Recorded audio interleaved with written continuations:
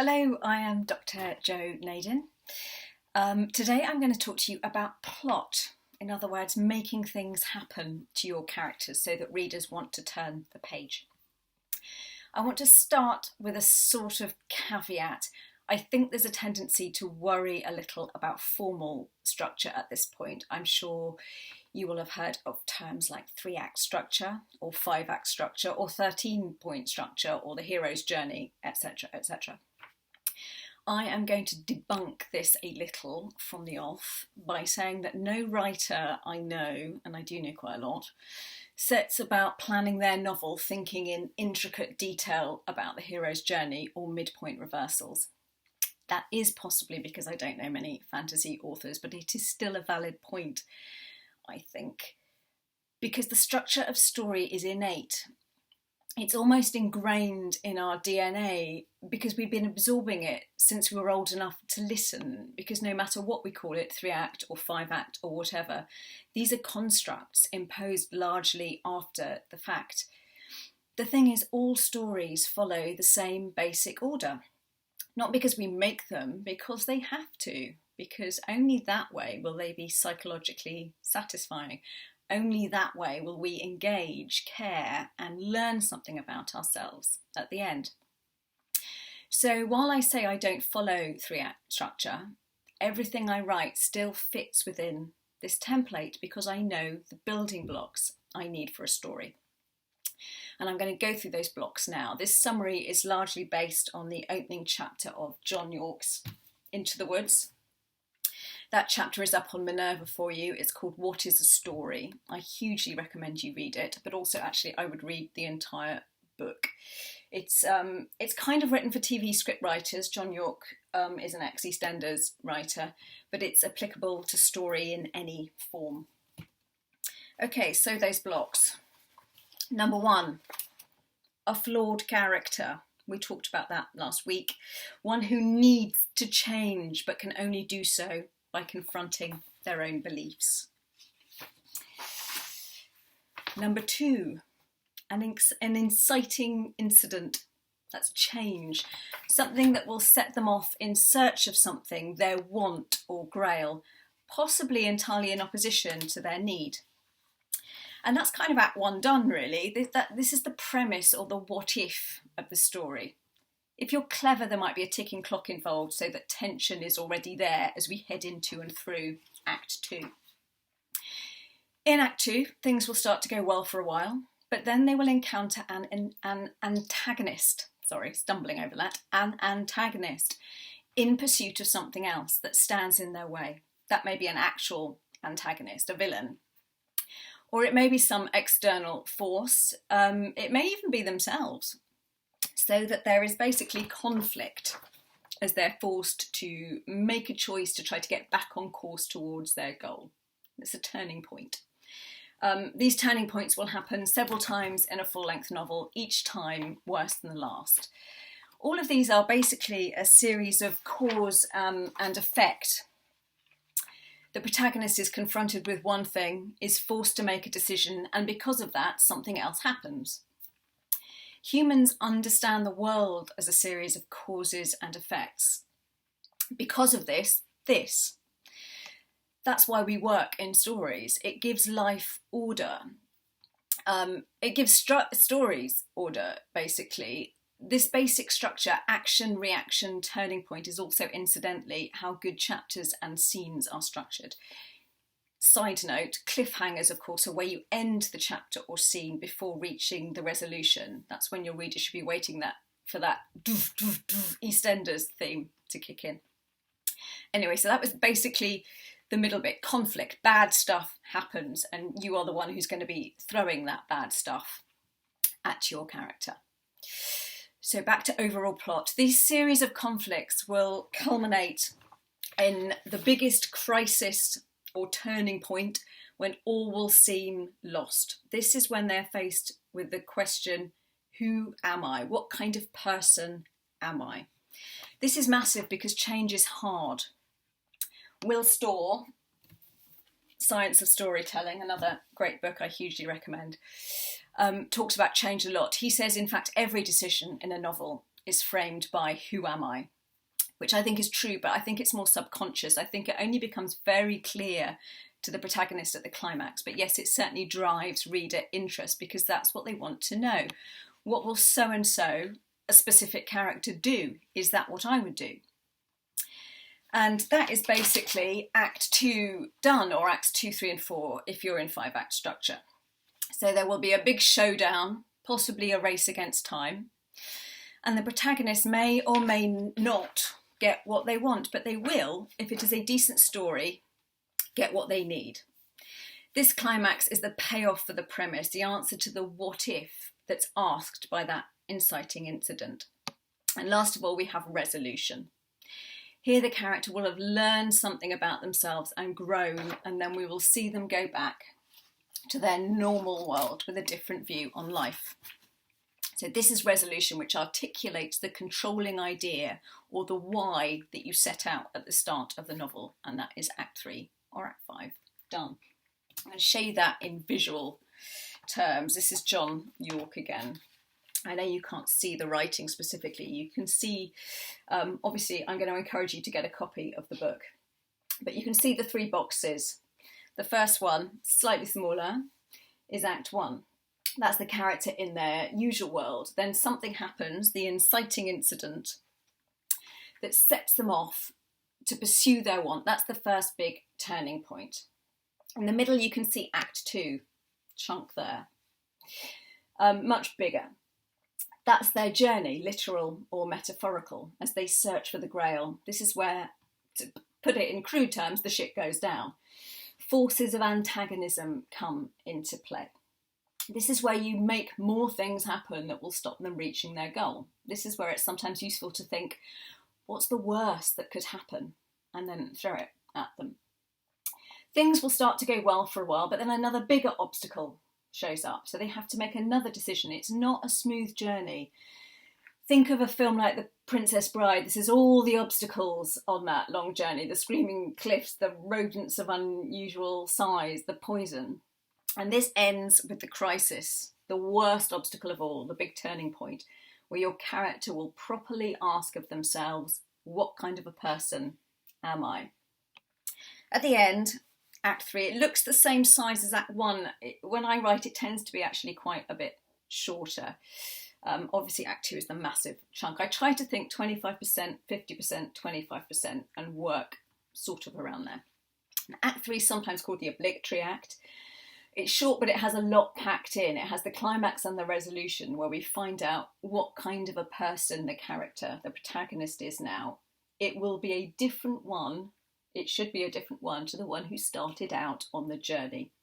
They probably won't get what they want, but they will, hopefully, have what they need. I'm going to try an exercise now.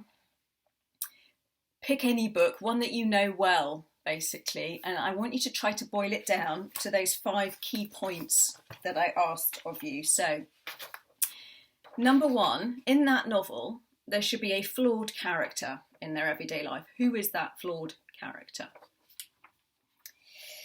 Number 2, there should be an inciting incident, a big moment of change that throws that character's world into doubt and sends them off on a journey in pursuit of something. So what's the inciting incident and what is it that they're going in pursuit of?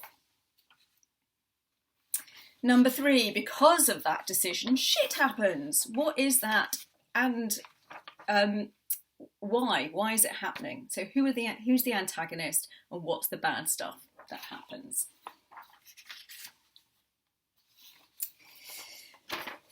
Number 4, biggest crisis of all, where they ask, who am I? What is that big climax that's going on there? And number 5, resolution. What do they learn at the end? If you are watching this at home, pause the video now and give yourselves 10 minutes or so, you might need less, to work it out, and then come back while I drink my tea.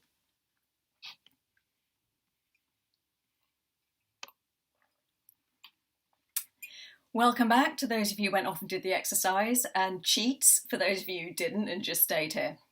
So, to recap, we should have, number 1, a flawed character in everyday life. Number 2, the inciting incident, which throws their world into doubt and sends them off in pursuit of something, in pursuit of their want. Number 3, bad stuff happening. Number 5, the biggest crisis of all. Who am I? They should be asking. And number 5, so who are they? What's the resolution? Well, how have they changed, basically? To use John Yorke's vocab, your character has a problem which they must solve. The story is the journey they go on to sort out the problem, and as a byproduct, or so it should seem, they learn something about themselves. Along the way, they'll be faced with a series of obstacles. There will be a moment when it seems like all hope is lost, followed by a resurrection of hope, a final battle, and victory snatched from the jaws of defeat. Or, to put it in a simpler way, a character seeks what they want, and in doing so realises instead their need. Their lack is a lack no more. They've overcome their flaws and become whole. In rom-com terms, Act 1, boy meets girl. Act 2, boy loses girl. Act 3, boy gets girl, or a different girl, or a boy. In E.T., I'm borrowing this from Yorke again. I borrow a lot from Yorke. I'm a huge fan. This is his summary of E.T. Once upon a time, a young, friendless boy called Elliot discovered an alien in his backyard. Realising that unless he helped the creature home it would die, he took it upon himself to outwit the authorities, win over skeptics, and in a race against time, in a true act of courage, set his friend free. That is a lesson in writing a synopsis for all of us, because you can hear the emotion in there, you can hear what's at stake at every step of the way. So when you are writing synopses in future classes, I'm sure you're going to have to, thankless task though it is, try to think about in those terms, adding in that emotion.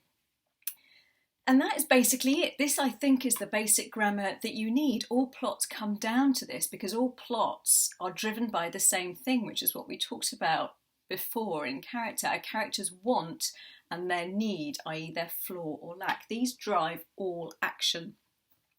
Action has to come about as a result of their choices and their skewed beliefs about the world. It can't be something that just happens to them. Think as well what a different novel, Harry Potter and the Philosopher's Stone, would be if Hermione was the protagonist, or The Faulkner, another book I'm going to encourage you all to read, if Percy was the protagonist in that, because the protagonist drives the action, the plot, so they would have made very, very different decisions, and therefore the whole story would have changed. This is why when people say such and such is a character-driven novel, I get a bit shirty, because I believe all novels are character-driven. Plot is character. If you are interested in more formal structure, I recommend this rather enormous tome, The 7 Basic Plots by Christopher Booker. It is massive, but it is fascinating. Especially if, like me, you like codes, because it's somehow kind of satisfying to say, ooh, Spartacus and Beowulf and Star Wars are all effectively the same story. But as I've said before, I admit I don't want to be getting bogged down in worrying about midpoint reversals, and I don't think you should either. Focus on an active character and on putting obstacles in the path of your character that stop them getting what they want. Obstacles that make them decide, who am I, again and again. That, for me, is what makes story a gripping story, not filling in a neat mathematical right by numbers. I'm going to give you another exercise now. This is something that will help you build and map your plot, and if you're doing one, you can put it in your planning folder as well. It's taken from John Yorke. Again, not from this book, but actually from the John Yorke Story website. I hugely recommend going on there as well. It's a set of 10 questions that you should be asking yourself about your work in progress and any future novel as well. I use it for all of mine instead of those more traditional structural maps because it focuses on character, which, as I've said, that's to me what plot is about. So I will go through these 10 questions with you in flashcards yet again. Number 1, whose story is it? Number 2, What does the character need? What is their flaw? What do they need to learn? Number 3, what is the inciting incident? Number 4, what does the character want? Number 5, what obstacles are in the character's way? Number 6, what's at stake? Now this one really matters when we come to number 7. Why should we care? If at any point I'm reading your work and thinking, yeah, so what? That's not a good reaction. We need to be caring about this. So whatever is at stake needs to matter a lot to the character, because then it starts to matter to us as readers. Number 8, what do they learn? Number 9, how and why? So this is, we're coming to the climax now. And number 10, how does it end? Now those 10 questions are up for you on Minerva as well, so you can actually use them to fill it in, and you can type underneath them, and it's useful for you, and you can save it for any future things that you do. For this module, I think you will be doing well to get your inciting incident on paper, but that doesn't mean you shouldn't be thinking about all the other turning points, the change that's going to happen on the way, and start to seed it a little in these opening pages, basically. That is the end of this talk on plot. I hope it's demystified it a little, made it a little less scary if it was scary for you. I find it scary as a concept. I think if you want to boil it down to one thing, make your character want something, and want it bad, and make them need something different. Okay, bye.